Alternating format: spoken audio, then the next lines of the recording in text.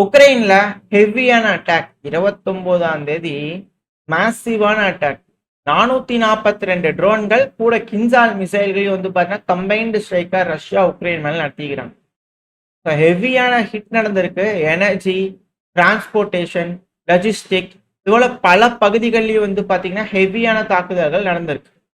30ஆம் தேதியும் தாக்குதல்கள் தொடர்ந்துகிட்டு இருக்கு. பெருமளவுல இழப்புகள் ஏற்பட்டுகிட்டு இருக்கு அப்படிங்கிற செய்திகள்.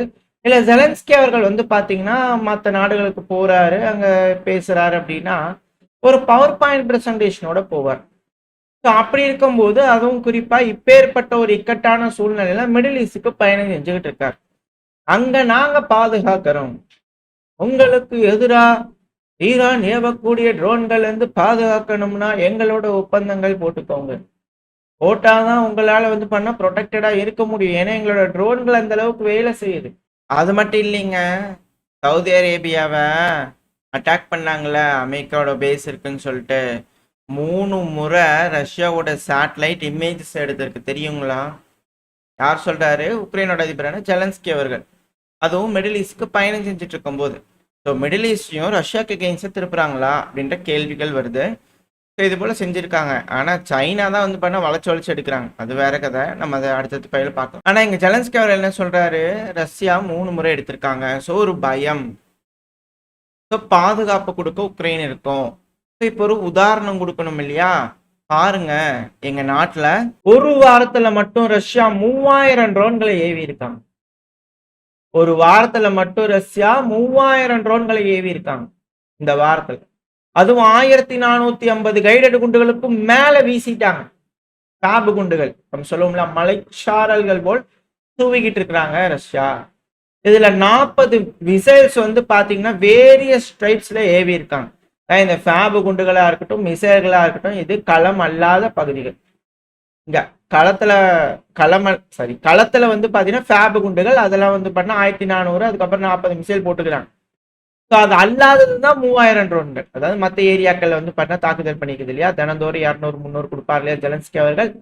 ஸோ அதெல்லாம் 3000 ட்ரோன்கள் இங்க வந்து ஹிட் ஆயிருக்கு ஒரு வாரத்துல அப்படிங்கிறாங்க. இதுல என்ன ஒரு வேடிக்கைன்னா, உக்ரைனும் ரஷ்யாவை அடிக்கிறாங்க. பட் ஆனா லாத்வியா, லுத்வேனியா, எஸ்தோனியா இந்த பகுதிகளிலும் தாக்குதல் நடக்குது. பட் ஆனா அதோட ஏர் ஸ்பேஸை யூஸ் பண்ணி போய் லெனின்கிராட் பகுதிகளில் வந்து பாத்தீங்கன்னா ரஷ்யாவோட பகுதிகளில் தாக்குதல் நடக்குது. இது என்ன அப்படின்னா, நேட்டோட ஏர் ஸ்பேஸை யூஸ் பண்ணி போலாண்டு, லாத்வியா, லுத்வேனியா, எஸ்தோனியா இது எல்லாத்தையும் கிராஸ் பண்ணி வந்து பார்த்தீங்கன்னா அட்டாக் பண்ணுது. இதுல பின்லாண்டோட பிரசிடென்ட் அலெக்சாண்டர் ஸ்டப் அவர்கள் இருக்கார் இல்லையா, அவர் தரப்பு இருந்து கன்ஃபார்ம் பண்ணிக்கிறார், உக்ரைனோட ட்ரோன் வந்து பண்ணா பின்லாண்டோட டெரிட்டரியில மோதிடுச்சு. அது இன்னைக்கு காலையில வந்து பண்ண மோதிடுச்சு. இது ரஷ்யாவோட ஆயில் டெர்மினல் அப்புறம் ரிஃபைனரிஸ் நோக்கி வந்திருக்கலாம். அப்படி வரும்போது இங்க விழுந்துருச்சு அப்படிங்கிறது போல. அதாவது ரஷ்யா வந்து பாத்தீங்கன்னா அந்த வழியா வரக்கூடிய ட்ரோன்களை எலக்ட்ரானிக் வார்ஃபேர் வச்சு சப்ரஸ் பண்றதுனால அது அங்கேயும் இங்கேயும் போய் மோதிடுது. ஏன்னா லெனின்கிராட்ல இருக்கக்கூடிய ரிஃபைனரிஸ் ஆயில் டெர்மினல்ஸ் அடிக்கிறதுக்காக தான் இது போல நேட்டோட ஸ்பேஸை யூஸ் பண்றாங்க. ஸோ இப்போ இயு டெஸ்ட் பண்ண ஆரம்பிச்சிட்டாங்க ரஷ்யாவை. அவங்களோட ஏர் ஸ்பேஸை யூஸ் பண்ணி வந்து அட்டாக் பண்ணா ரஷ்யாவோட ரெஸ்பான்ஸ் எப்படி இருக்கும் அப்படிங்கிறது போல அவங்க சைட்ல எஸ்கலேட் பண்றதுக்கான வேலைகளை பார்த்துக்கிட்டு இருக்காங்க. இது கிளியரான எவிடன்ஸ் உக்ரைன் இப்ப நாட்டோட ஏர் ஸ்பேஸை யூஸ் பண்ண தொடங்கிட்டாங்க அப்படின்னு. இதெல்லாம் வந்து பாத்தீங்கன்னா ஸ்டார்டிங் ஸ்டேஜ் தான். இதுக்கப்புறம் என்ன நடக்கும்? மிசைலை ஏவுவாங்க. அதுக்கப்புறம் என்ன நடக்கும்? ஃபைட்டர் ஜெட் F-16 தூக்கிட்டு வரையும்பாங்க. அந்த ஃபைட்டர் ஜெட்ல உண்மையாலுமே உக்ரைன் தான் யூஸ் பண்றாங்களா இல்ல இவங்க யூஸ் பண்றாங்களா அப்படிங்கிறது தெரியாது. ஸோ இதுக்கப்புறம் அங்கேயும் வந்து பாத்தீங்கன்னா எஸ்கலேஷனோட லெவல் இன்க்ரீஸ் ஆயிட்டு இருக்கு அப்படிங்கறத புரிஞ்சுக்கலாம். ஸோ சூழ்நிலை மோசமா இருக்கிறதுனால ரஷ்யால இப்ப என்ன ஃபீல் பண்றாங்க அப்படிங்கிற கேள்விகள் வரும் இல்லையா, இதுக்கு ஸ்போக் பர்சன் பெஸ்கோ அவர்கள், ரஷ்யாவோட ஸ்போக் பர்சன், அவங்க கிட்ட போய் கேட்டிருக்காங்க. அதுக்கு ரஷ்யாவும் அமெரிக்காவோட உறவு அப்படிங்கிறது லோயஸ்ட் பாயிண்டா இருக்கு வரலாறுலயே, ரொம்ப மோசமா இருக்கு அப்படிங்கிறது அதுல இருக்கக்கூடிய விஷயம்.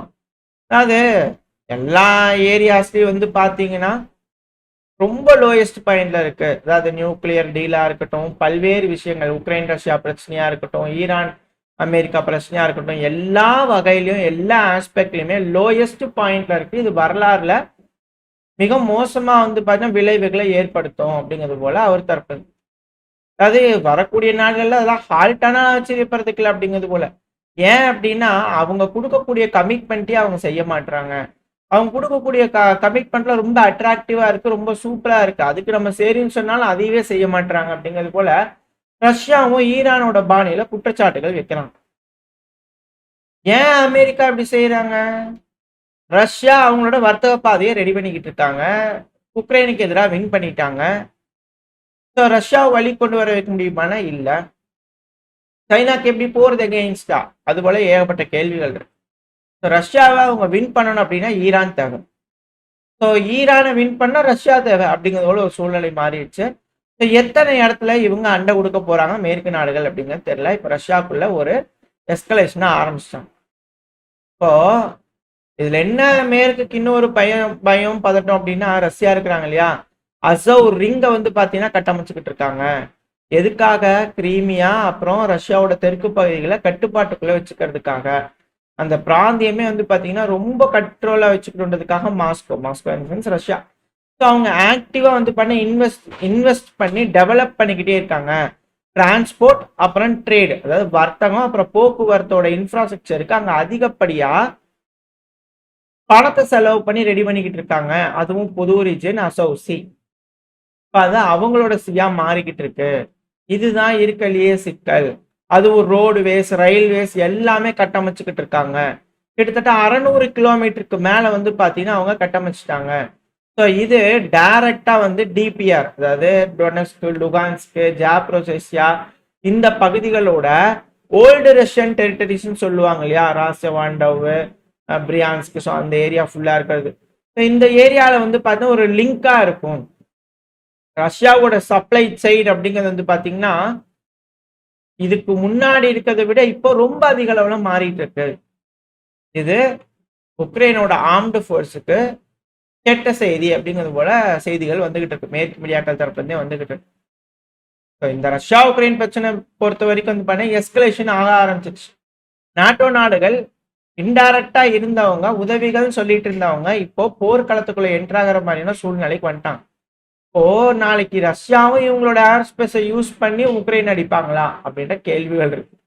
ஸோ அது மேலும் எஸ்கலேஷனை கிரியேட் பண்ணிடும். வரக்கூடிய காலங்கள் ஈரான் அமெரிக்கா மட்டும் இல்ல, ரஷ்யா உக்ரைனும் பெருமளவில் எஸ்கலேஷன் நோக்கி போயிட்டு இருக்கு. அது போல எதுவும் இல்லாம அமைதியா பேசி தீர்த்துக்குவாங்க இந்த பிரச்சனைகள் அப்படிங்கிற நம்பிக்கை இந்த பையனா முடிச்சுக்கலாம். ஓரளவுக்கான தகவல்கள் இந்த பையில பார்த்துருப்போம்னு நினைக்கிறேன். இந்த பதிவு பத்தி நீங்க என்ன நினைக்கிறீங்க? உங்களுக்கு பிடிச்சிருக்கா? பிடிச்சுன்னா லைக் பண்ணிட்டு உங்க ஃப்ரெண்ட்ஸ் நம்மளோட ஷேர் பண்ணிக்கோங்க. இப்படியே மறக்காம நம்ம சேனலை சப்ஸ்கிரைப் பண்ணலாம், மறக்காம சப்ஸ்கிரைப் பண்ணிக்கோங்க. அதுதான் யூடியூப் நம்ம போடக்கூடிய வீடியோக்களை வச்சு 4 பேருக்கு ப்ரொமோட் பண்ணும். உங்களோட அன்பாதரவு எனக்கு எப்போ இருக்கணும் நம்பிக்கை. அடுத்த பேர் சந்திக்க. Very stay safe. பை.